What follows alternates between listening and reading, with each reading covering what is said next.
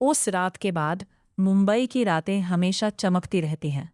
ऊंची ऊंची इमारतें, सड़कों पर भागती गाड़ियां, हर चेहरे पर नकली मुस्कान। और उन्हीं लाखों चेहरों के बीच एक चेहरा था, नेहा का। लोग उसे देखकर कहते थे, कितनी परफेक्ट लाइफ है इसकी। लेकिन सच ये था कि रात को अपने आलीशान फ्लैट में लौटने के बाद नेहा की दुनिया उतनी ही खाली हो जाती थी जितना उसका दिल। अध्याय 1। वो बरसाती शाम। बारिश लगातार हो रही थी। बैंक की कांच की दीवारों पर गिरती बूंदें पूरे माहौल को और शांत बना रही थी। रात के लगभग 7 बज चुके थे। पूरा ऑफिस खाली हो चुका था। केवल नेहा के केबिन की लाइट जल रही थी। नेहा कुर्सी पर बैठी लैपटॉप स्क्रीन को घूर रही थी, लेकिन उसका ध्यान कहीं और था। तभी दरवाजे पर हल्की दस्तक हुई। मे आई कम इन, मैम? हाँ, तन्मय, अंदर आओ। तन्मय अंदर आया। हाथ में कुछ जरूरी फाइलें थी।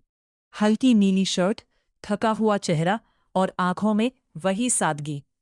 मैम, ये लोन अप्रूवल की फाइल्स। रख दो। तन्मय फाइल रखकर जाने लगा, तभी नेहा ने उसे रोक लिया। तन्मय। मैम? जी मैम। तुम कभी खुद के बारे में भी सोचते हो? हमेशा बस काम, जिम्मेदारियां, घर।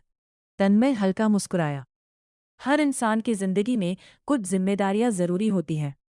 नेहा धीरे धीरे अपनी कुर्सी से उठी और उसके करीब आ गई। और अगर कोई तुम्हें खुश करना चाहे तो? तन्मय असहज हो गया।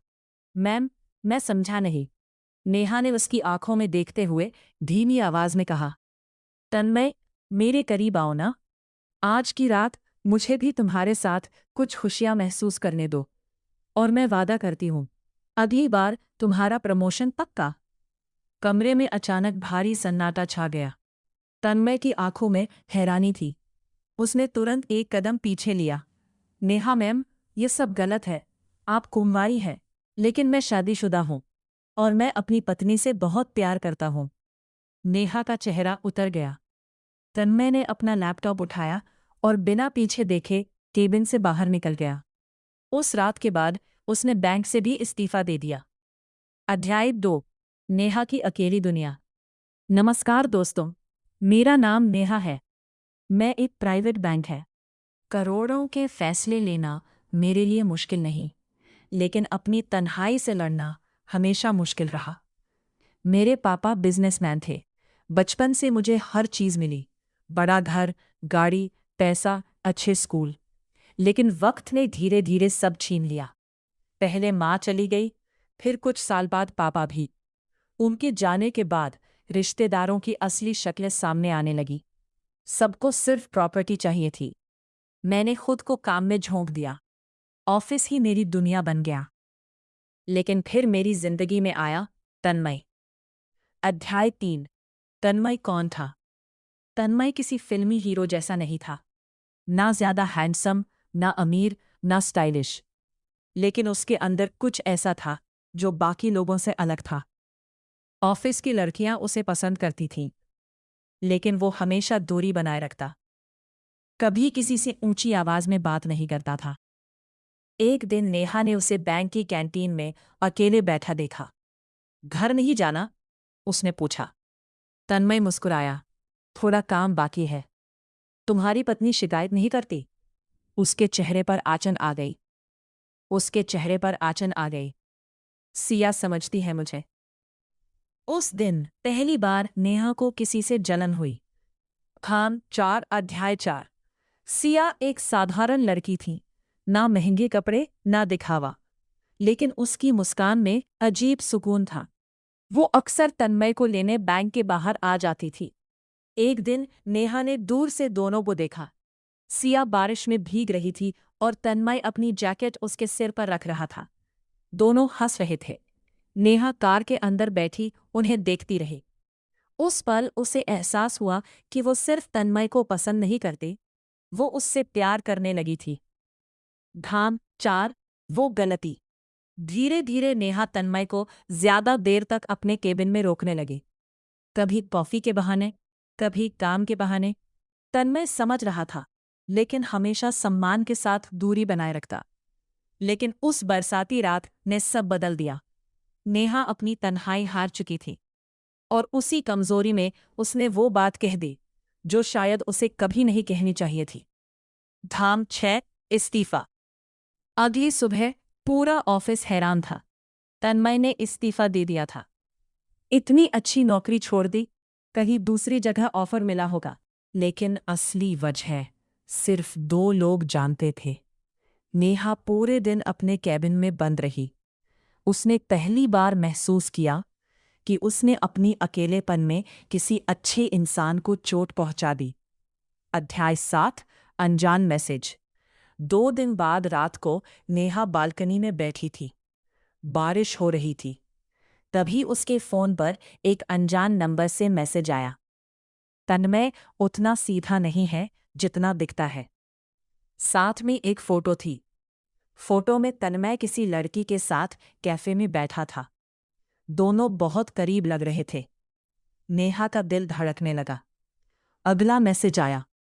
ये उसकी पत्नी नहीं, पुराना प्यार है। उस रात नेहा सो नहीं पाई।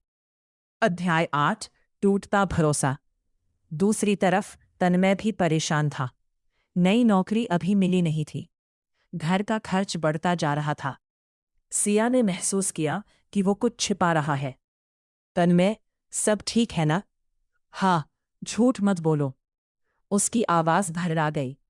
क्या ऑफिस में कुछ हुआ है? तन्मय कुछ पल चुप रहा, लेकिन वो सिया को सच बताने की हिम्मत नहीं जुटा पाया। अध्याय 9, बीमारी और मुलाकात। तन्मय बैंक छोड़ चुका था।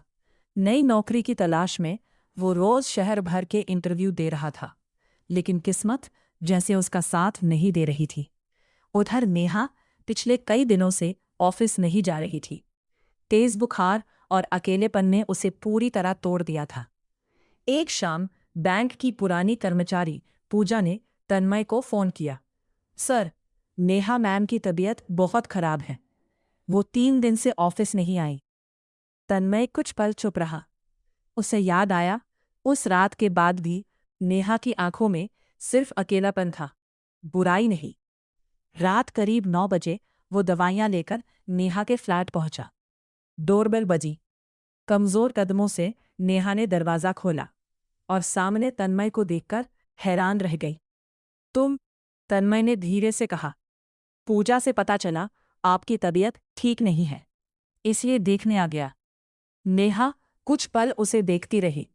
जिस इंसान को उसने सबसे ज्यादा असहज किया था, वही आज उसकी चिंता करने आया था।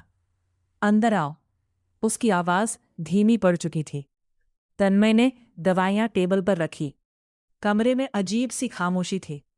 फिर नेहा अचानक बोल पड़ी। इतना सब होने के बाद भी तुम मेरी मदद करने आए? तन्मय हल्का मुस्कुराया। हर रिश्ता गलत नहीं होता, मैम। कुछ रिश्तों में बस इंसानियत बची रह जाती है। नेहा की आंखें भर आईं और शायद पहली बार उसे अपनी गलती का असली एहसास हुआ। अध्याय 10, सिया का सच। कुछ दिनों बाद सिया को तन्मय के फोन में नेहा के मिस्ड कॉल्स दिख गए। ये नेहा मैम तुम्हें बार बार क्यों कॉल करती है? तन्मय चुप हो गया, और वही चुप्पी सिया को सबसे ज्यादा डराने लगी। क्या कोई और है तुम्हारी जिंदगी में? उस रात पहली बार दोनों के बीच बड़ा झगड़ा हुआ। अध्याय 11, नेहा का फैसला। नेहा समझ चुकी थी कि उसकी वजह से एक रिश्ता टूट सकता रहे। अगले दिन वो खुद सिया से मिलने गई। सिया ने दरवाजा खोला तो हैरान रह गई। आप? नेहा की आंखें झुकी हुई थी। मैं सिर्फ अन्य कहने आई हूं। तन्मय बहुत अच्छा इंसान है और वो सिर्फ तुमसे प्यार करता है। सिया की आंखों में आंसू आ गए। फिर आपने? नेहा हल्का मुस्कुराई। कभी कभी तन्हाई इंसान से गलतियां करवा देती है।